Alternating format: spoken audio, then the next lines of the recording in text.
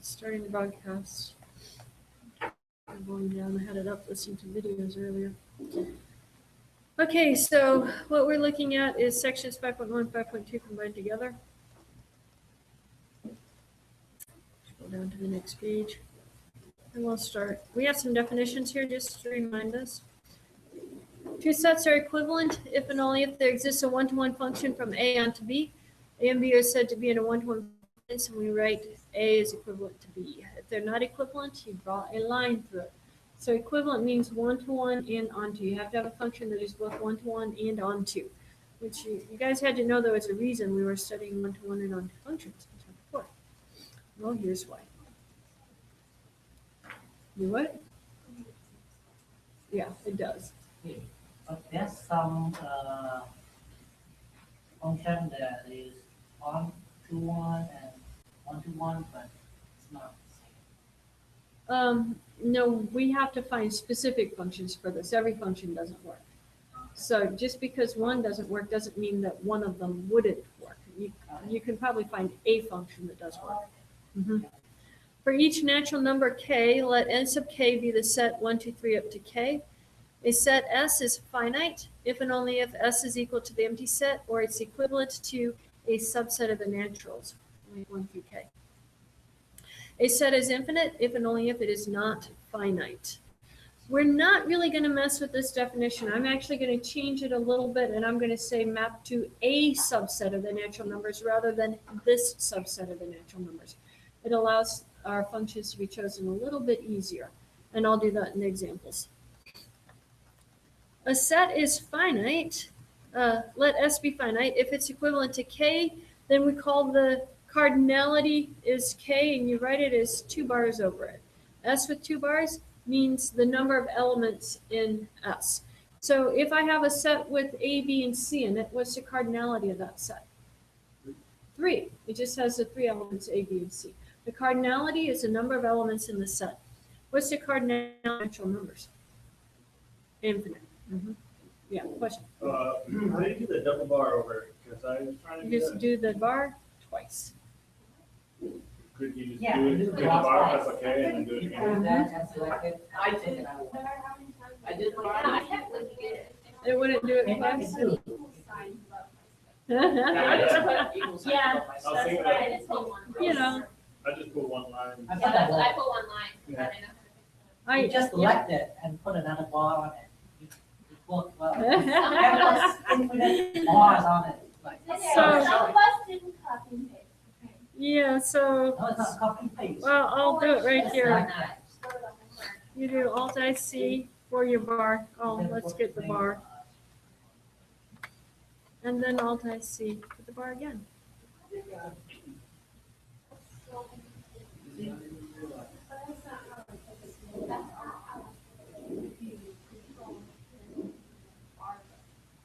Oh, that's why it's not doing it for you, because those bar buttons don't have stretch and shrink to them. So wait, what was your short version? Oh, I insert decorations bar.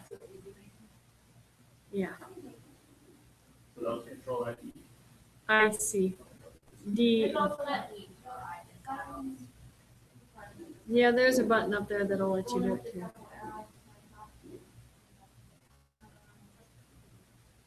Yeah, that's the decorations also. Okay. yeah. I So did shall we that. get 4 of them now? Oh, wait, no, I was off this side. I would double click whatever element I wanted to do. You can select that. Yeah. I selected it and double clicked whatever letter. What I did is I did bar and I clicked that. I did Yeah. the double red box. Yeah, it looks weird. That would probably look weird because it wouldn't stretch it, but I won't mark it wrong. But that's how you do that. Okay, let's continue. So cardinality. What's the cardinality of the reals, guys? Yeah, but it's a different kind of infinite. From 5 point, we call it C for continuum.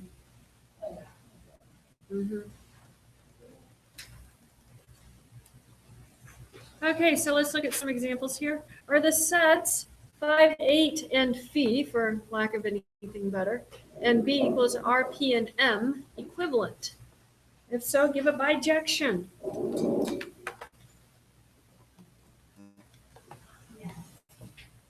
Yeah, why are they equivalent? Yeah.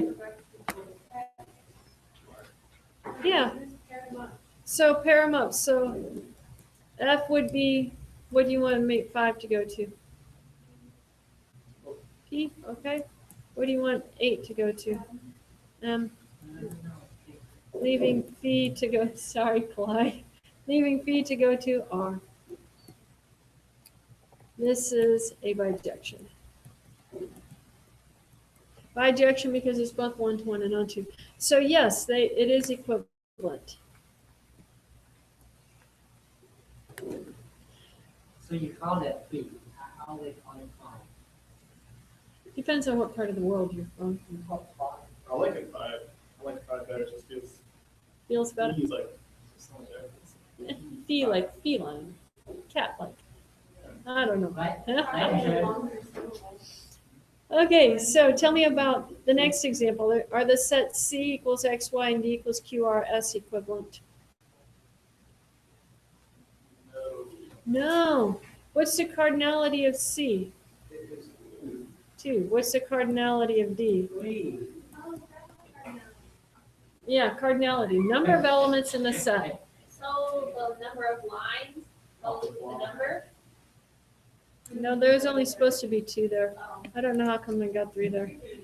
Sorry. Oh, it was 3 because I was waiting for 3 for an answer, so I drew 3 lines. No, 2 lines only.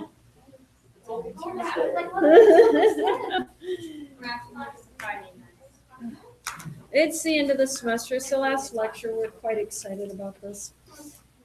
Okay, so let's continue on because we got 15 of these slides.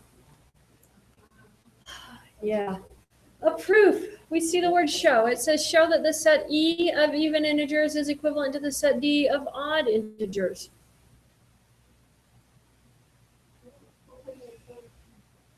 They're both infinite, but so is the interval 0 to 1, infinite, and it's not equivalent to the natural numbers.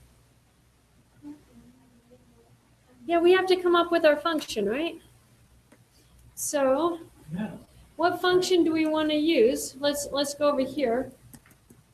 First of all, where do you want to start? What do you want your domain? The even integers or the odd integers? Even to odd. So what function do we think we want to use? 2x would be the even, guys.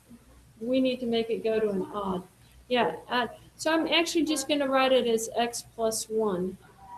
Because x is in the evens, which makes it 2 times something. Add 1 to it, and now makes it odd. Because this is even plus 1 equals odd. So now I have to show that f is 1-to-1 and onto. So let's write our proof. What's the hypothesis?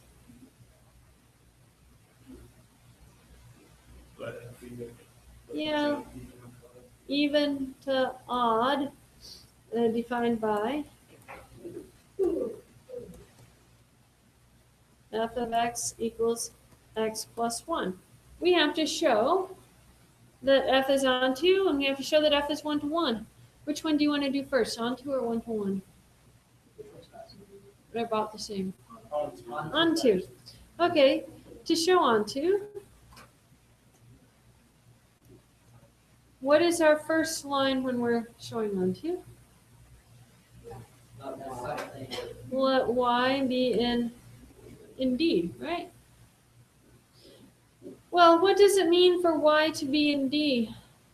Y is equal to, Y is also A. Y is equal I to called 2x D the plus set 1. of odd numbers. Y is equal to 2x plus 1. Yeah, then y is odd. And hence, y is equal to some 2k plus 1 for some integer k, right?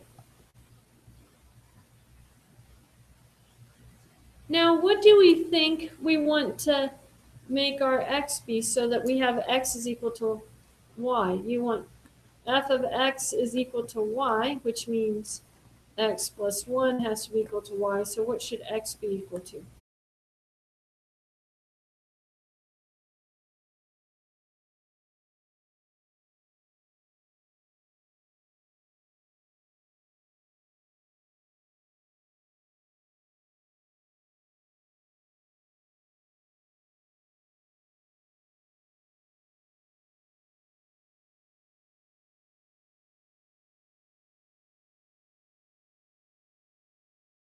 thus x equals to y minus 1 element of E is the preimage.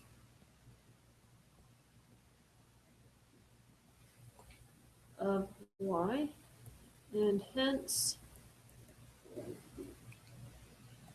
f is onto the set of odd integers which we call D. Now we have to show one-to-one. We're going to start a new paragraph to show f is one-to-one. To do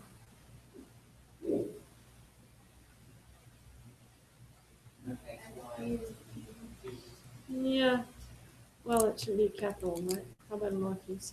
Let x and y be in E such that they have to both be in E, such that f of x is equal to f of y. But what does that tell you? What's our formula say? X equals Well, we have to get to that. What is f of x equal to? X plus 1 is equal to f of x. Y is equal to y plus 1. So solving that using algebra, what does that tell you? X equals to y. Thus, f is 1-to-1. Since f is both 1-to-1 and onto,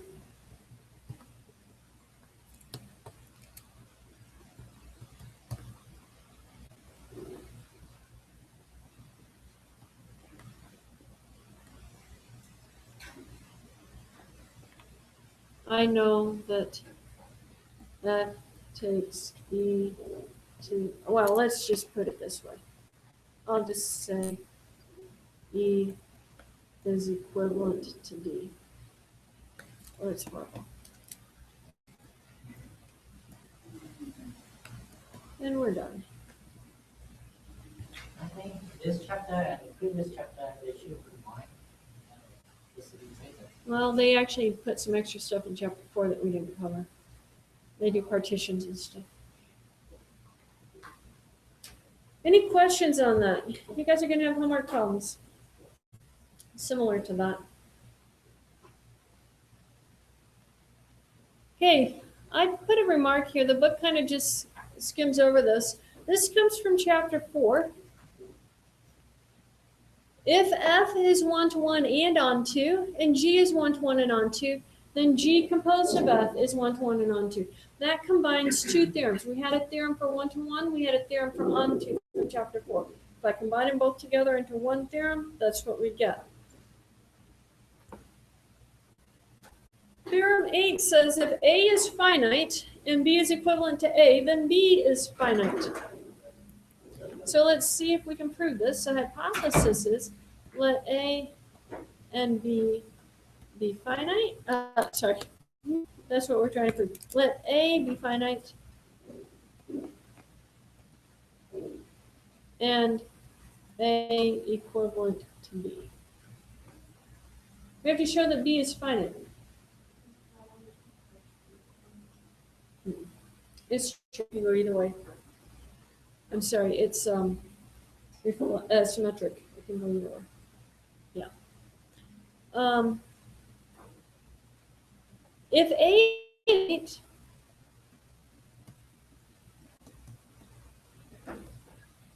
I know that A is equivalent to n sub k for some k in the naturals, right?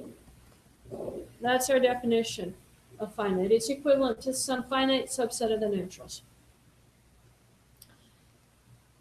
Since it's equivalent, I know that there exists an f that takes, I'm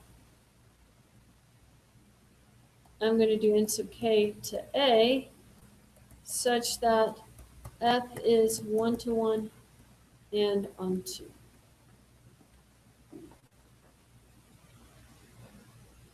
Now, I know B is equivalent to A,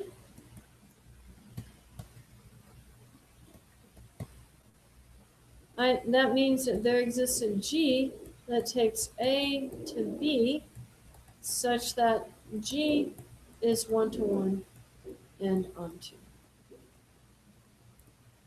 Now I'm going to look at the function composition.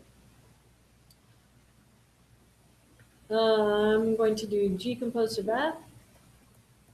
G composed of F starts with the domain of F. The domain of F is our n sub k set. So G composed of F takes n sub k to where? N sub k goes to A goes to B. And by the previous remark, I know G composed of F is 1-to-1 and onto. What does that tell us about n sub k and B? It's equivalent, right? Yep. I have a 1-to-1 and onto function between the two of them, so they are equivalent. If they are equivalent, the cardinality of B is equal to K, or I can say that B is finite. What's your question?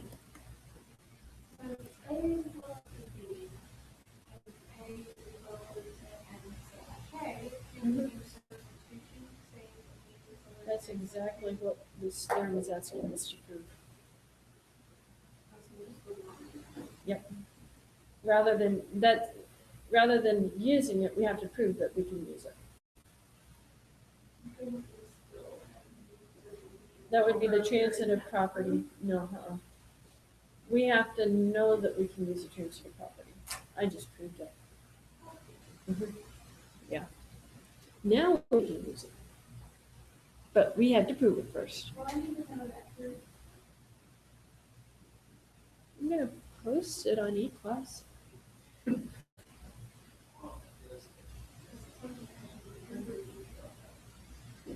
I can't remember if it's on the final or not, or if it's on the test 3 or not. Terrible person. I am a terrible person, but I literally can't remember that. The final got written a very long time ago, and test 3 is only about half written right now. So I should put it this way. I don't know if it's on test 3 yet or not, because it's not all written yet. And the final got written a long time ago, so I don't remember what's on it. Is a set of natural numbers finite? No. It's not finite. Why isn't it finite? Yeah, because if you said n, well, it is actually countable. If you said n is equivalent to some n sub k is 1 to up to some k, then that tells you that k plus 1 is not in n sub k, but k plus 1 has to be in the naturals. So something got left out. So it can't be finite. Because as soon as you make it equivalent to some finite set, something gets left out. There's a reason we actually think about this example, because we define our infinite sets. A set A is infinite if and only if A can be put into a 1-to-1 correspondence with at least one of its proper subsets. So suppose I was looking at the naturals. This is 1, 2, 3, keeps on going. If I want to make this into a 1-to-1 correspondence with a proper subset, maybe I'll leave off 1 and I'll look at 2, 3, 4, keeps on going. And I can map 1 to 2, 2 to 3, 3 to 4 by using the n plus 1 correspondence. Add 1 to each value. And that would be a 1-to-1 and onto correspondence to a proper subset. Does that make sense? Mm-hmm. Which part? If you do f of n equals n plus 1. You take everything up here to everything down there. And everything up here, the natural numbers, goes to something down here because you never run out. Because, yeah, the natural set of limits, then it will never map to. its Yeah. final. Exactly. But it doesn't. It keeps...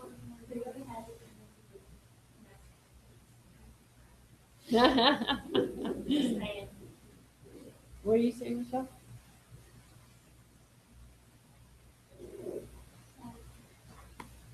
Do you, which part doesn't make sense? Do you see what the mapping is? 1 goes to 2, 2 goes to 3, 3 goes to 4. Do you believe the mapping is 1 to 1? Okay, is it onto? Yeah, it is onto. Pick any number in this set down here. It will be the other side. Oh. Yeah, the preimage of 5 is 4. How about the preimage of a billion? A billion is 1. That's a good answer. You just subtract 1 from each number to get the preimage, so it's onto. Oh, It's because you can't do it with a finite set. yeah, if it was a finite set, you couldn't do this. In other words, if you have a finite set, suppose it's 1, 2, 3, and 4, and you want to map it to 2, 3, and 4. 1 goes to 2, 2 goes to 3, 3 goes to 4. Where does that guy go? There's no 5 here. It has to be a subset of the original set. You can't just add a 5. Yeah. No, we're talking about a subset of the original set. Yeah. So this has to be a proper subset. Yeah, that wouldn't make sense if you didn't know that.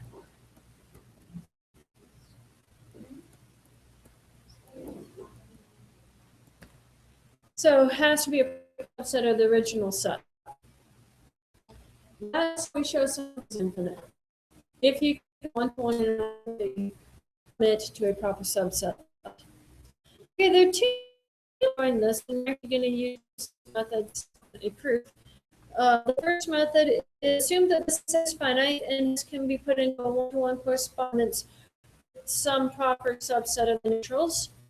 Then arrive at contradiction. And the other one is show that set is equivalent to some subset of it. And I'm going to show you both proofs. On your homework, they're really not going to specify, I don't believe, which one to use. So you get your choice of which one you want to use on the homework.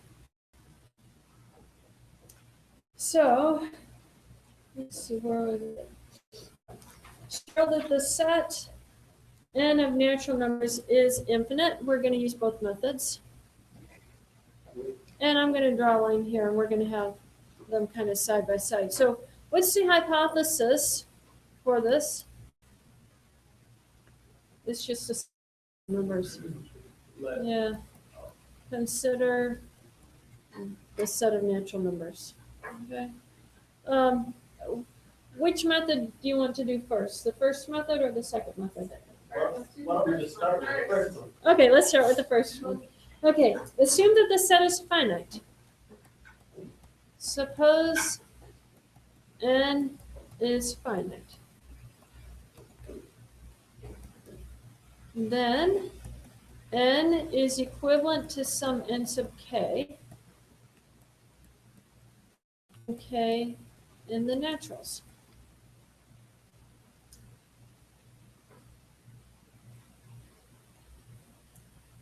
But now what? That means that there's a function, right? And so there exists an f that takes n to n sub k. Which way did I want that to go? I have to be careful about which way I want that to go. I think I want it n sub k to n. It is n sub k. N sub k to n, yes. Because I need to know the range.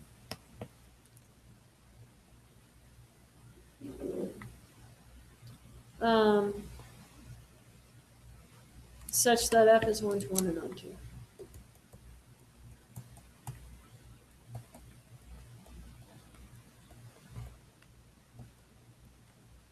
No, do you remember what they did in the book after that?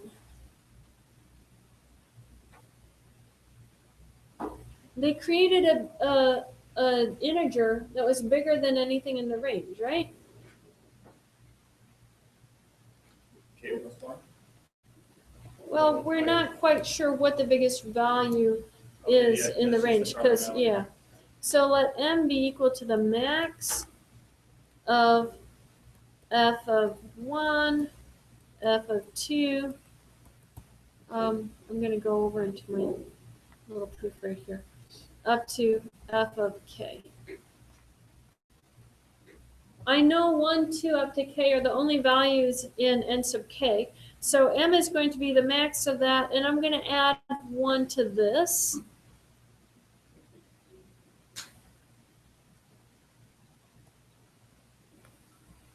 M plus 1 is greater than the maximum of f of x for x in n sub k.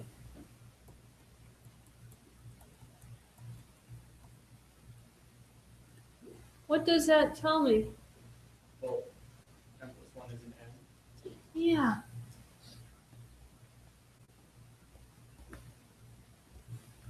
It's in the naturals.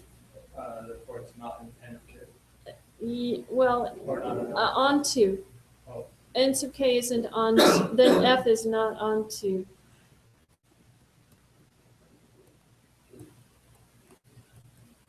Is not onto the naturals. Why? Because m plus 1 doesn't have a preimage. Oh. That's Yeah.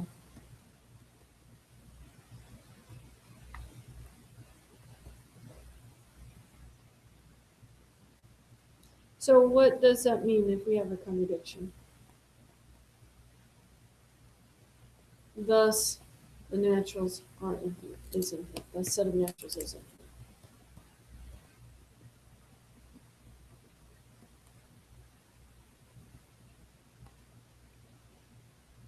Okay, so that's our proof by contradiction, our first method. The second method is show that the set is equivalent to a proper subset. Well, that's just because this came unplugged a little bit. So if I consider the set of naturals, which is 1, 2, 3, keeps on going, and I'm going to look at the set of the naturals to take away the first element. It's going to be 2, 3, 4, keeps on going. And we're going to take f from n to the naturals minus 1.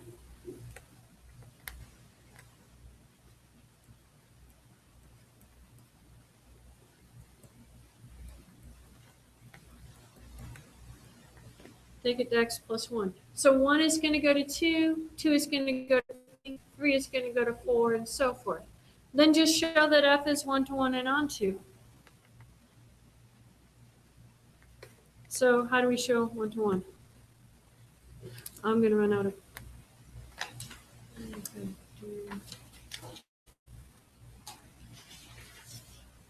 That's 15 minutes. I have to show a couple of other things. So I'm going to actually not do that right now.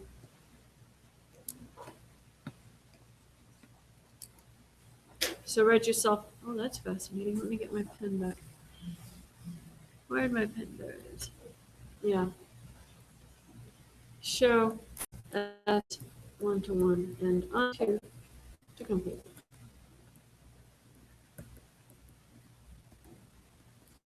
Part isn't too bad. We've been doing 1 onto proofs.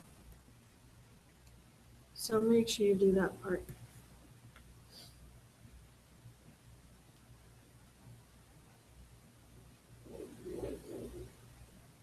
Any questions on that? It's going to be like a 1 over n function, like 1/2, 1/3, 1/4, 1/5. And to be able to show it's infinite, use 1 over n plus 1 for your function.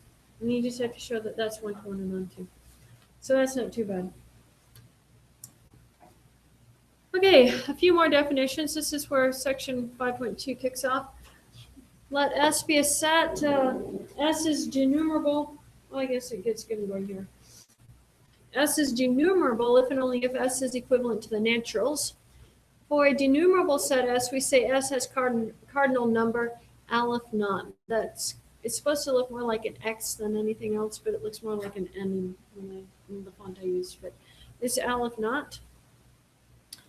A set S, if and only if S is finite or denumerable. S is uncountable if and only if it is not countable. Our main goal is to be determining whether sets are countable or uncountable. That's our big goal. Not so much whether they're denumerable. The books spend a lot of time on denumerable. I'm changing that to actually be countable. It makes life a little bit easier for us. A set S has cardinal number C if and only if S is equivalent to the interval 0 to 1, and that's also called the continuum. So it has to be a complete interval. It can't be missing stuff.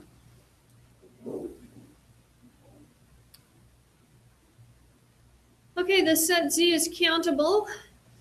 They showed that using a function.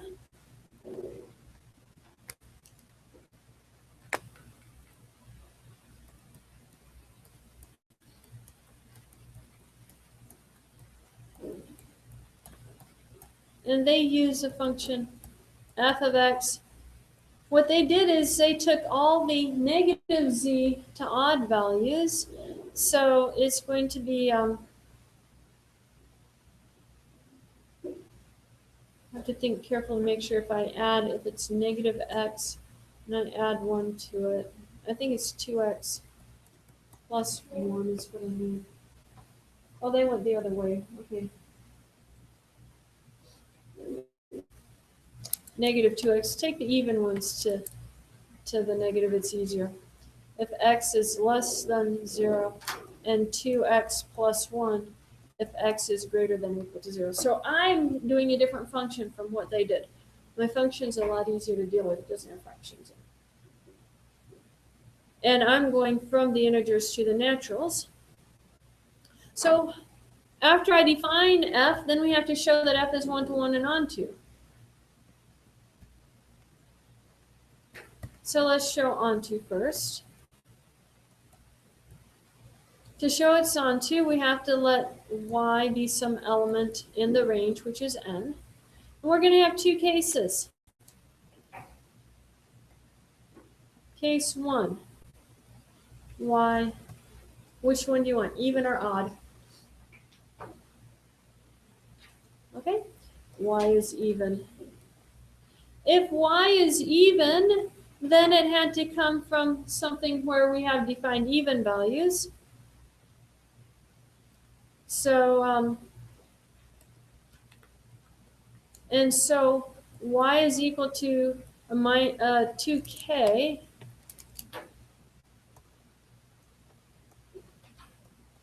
for some k in the natural numbers, because y is positive. And so for x, well, I'm just going to write it, minus 2x is equal to 2k, or, sorry, minus x equals to k, I have to divide it by 2, equals to k. We have x is negative. You know, you guys probably don't want that minus sign over there. Let me put it right here. If I choose x to be minus k, we have x is less than 0, and f of x is going to be equal to negative 2x, which is greater than 0. And that is equal to negative 2 times negative k, which is 2k, which is equal to y.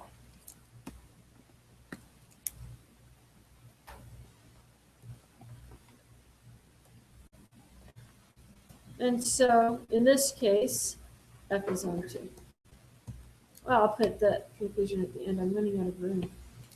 What's my second case?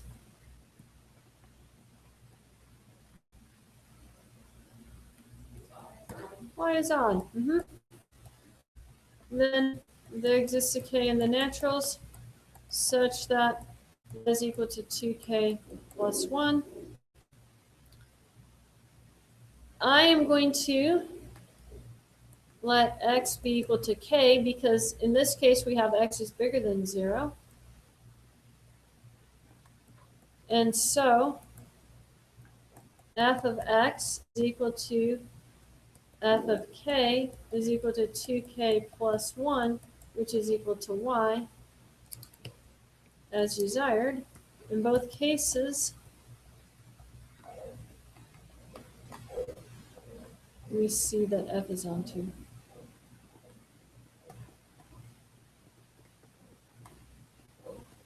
So we showed f is onto. Now we have to show f is 1 to 1.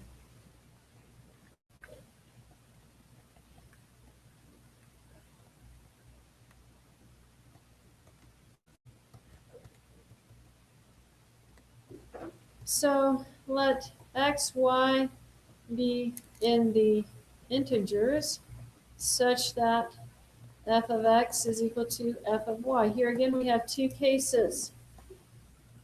Case 1, x and y are both less than 0. And so I know that f of x equals to f of y tells me that minus 2x is equal to minus 2y, which tells me x is equal to y.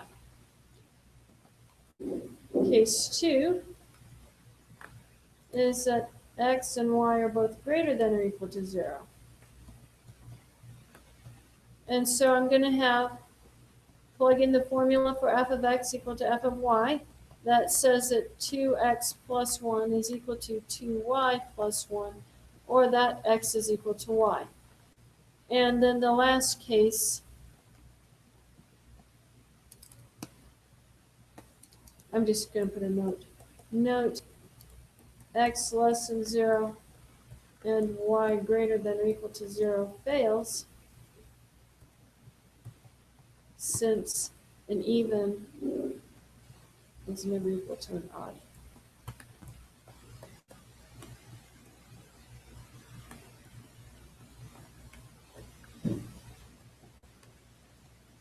Thus, f is 1 to 1. F is 1 to 1 and onto. So we have the conclusions.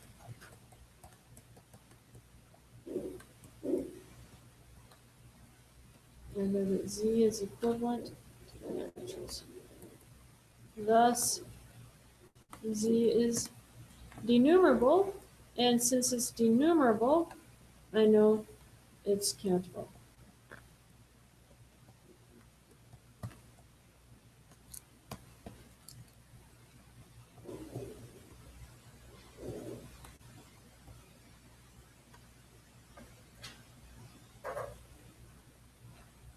Notice the pattern to all of these.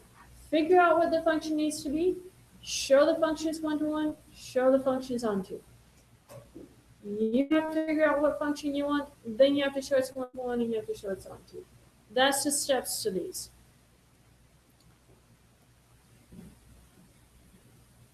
Any subset of the natural numbers is countable. The book actually doesn't give you this proof. Why would any subset of the natural numbers be countable? I was waiting for you. It actually kind of makes sense. If you have a subset of it, it's either finite or it's countably infinite. But we have to figure out how to show that countably infinite part. So let A be a subset of the naturals. If A is finite, we are done. Okay, I could answer it now, but I just did it.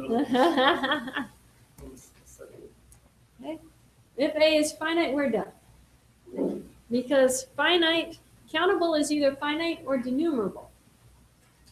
And now then how would you show it's denumerable?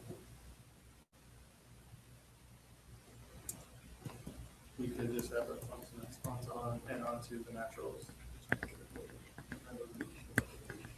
Yeah, so we have to come up with a function. Notice I said if A equals the naturals, we're done. So assume that A is a proper subset. And I'm not putting the line under that subset symbol. A is a proper subset of the naturals. Now, I'm going to make the function.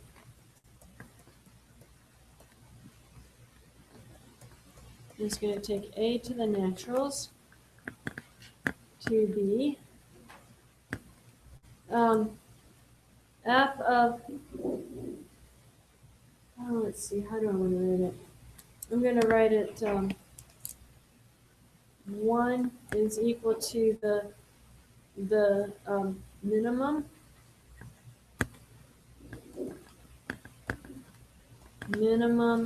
of A, and A. Proper subset means it's missing something.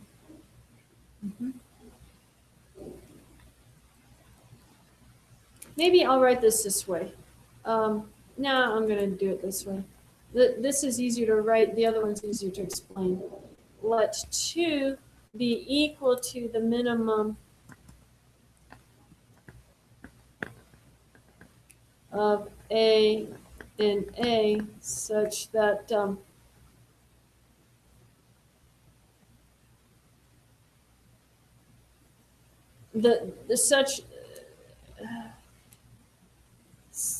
such that the first A is removed.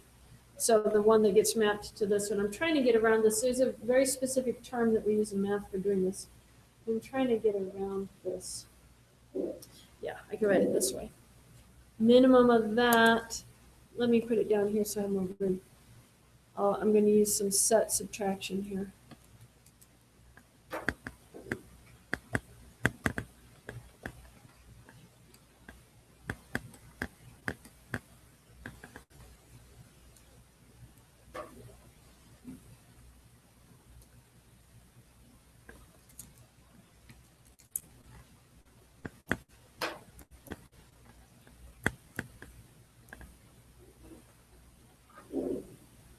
So I found the minimum, I called it A1, and f of A1 is going to be 1. Remove that from the set, find the next minimum, and this is going to be our f of A2. Remove the set, and you're going to get your next minimum.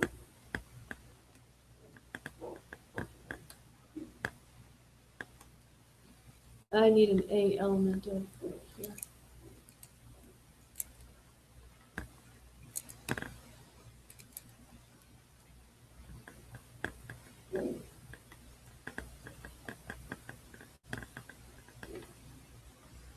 So it's a bit cumbersome to write. But do you guys see the pattern? You find the smallest one. You call that one 1. F of that equals 1.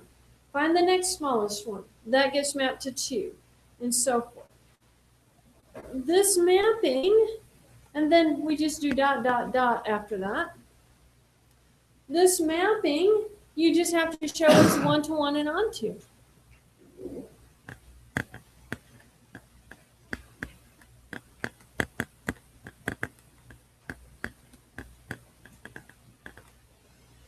Why would it be onto?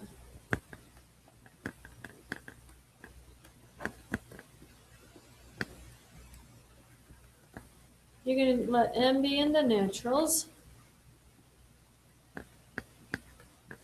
And note that since A is infinite, we assumed it wasn't finite. There exists an A sub M in A such that f of A sub M is equal to M. If not, the only way you couldn't get something mapped to it is the A ended. A is infinite, so it's going to have something mapped to it. So that tells you that it's onto. F is 1 to 1. Now we show F is 1 to 1. How about I write it that way?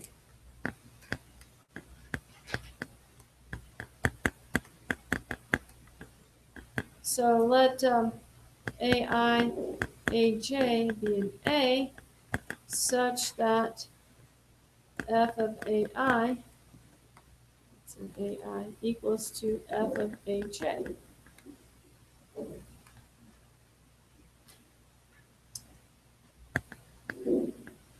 And so AI is equal to the minimum of A in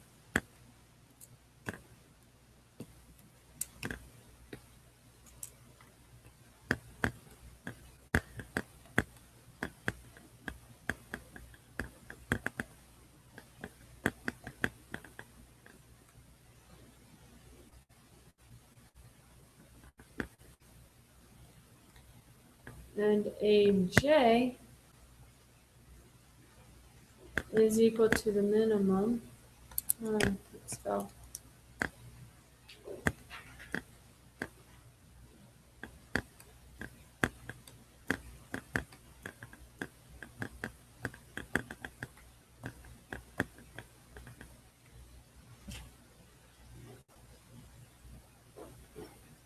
If they're the same value, remember we never have repeats in sets.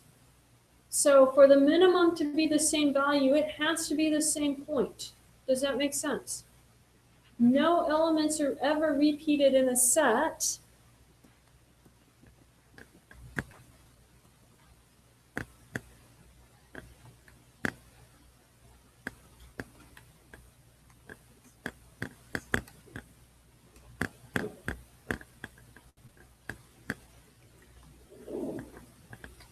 The only way for the minimums to be the same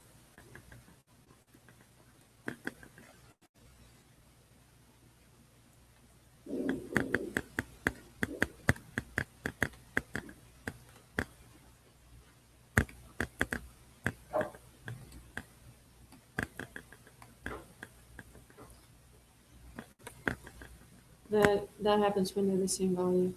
This occurs if only when the minimums are the same.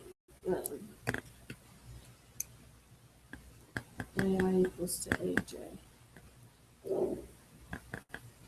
Thus, F is 1 to 1. And so A is equivalent to the naturals. Therefore, A is countable because it's finite or denumerable. That one was an important proof, not so much that you be able to do it. I'm never going to ask you to repeat that one at this level. I will in analysis. You're going to see it again. But it's important because now when you are determining countable, you only have to make it go to a subset, not the entire set. And if you will give me just a couple more minutes, I'll let you come back and finish writing this down in a second. That gives us this theorem. A set S is countable if and only if it's equivalent to a subset of the natural numbers. And if you look at this set right here, if A and B are countable sets, then A cross B is countable. To do that, you know there's an F that takes A to the naturals. F is 1 to 1 and on 2. You know that there is a G that takes B to the naturals. G is 1 to 1 and on 2. And so then we're going to define H of AB to be equal to 2 to the F of A, 3 to the G of B. This is a number in the naturals. 2 and 3 are prime. So 2 to a power, 2 to the F of A, 3 to the F of B is a number in factored form. Now, all you have to do is recognize the fact that the factored form of a number is unique.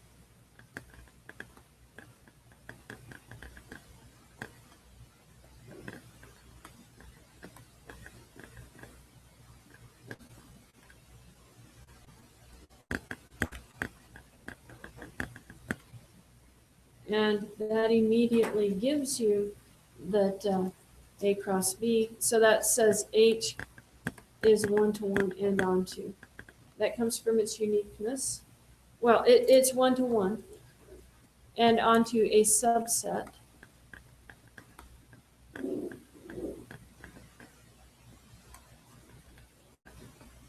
of the naturals, which tells you A cross B is countable. Finding those functions just got a lot easier for you guys. Notice I didn't have to find a function that went to all of the natural numbers. I only had to come up with a function that goes to some of the natural numbers. And as soon as it's 1-to-1, which the prime decomposition of a number is 1-to-1, you can only factor a number in one way except for how you order the primes. So that allows it to be 1-to-1. That makes this function 1-to-1. And I have that proof done. Oh, I don't want to go that far.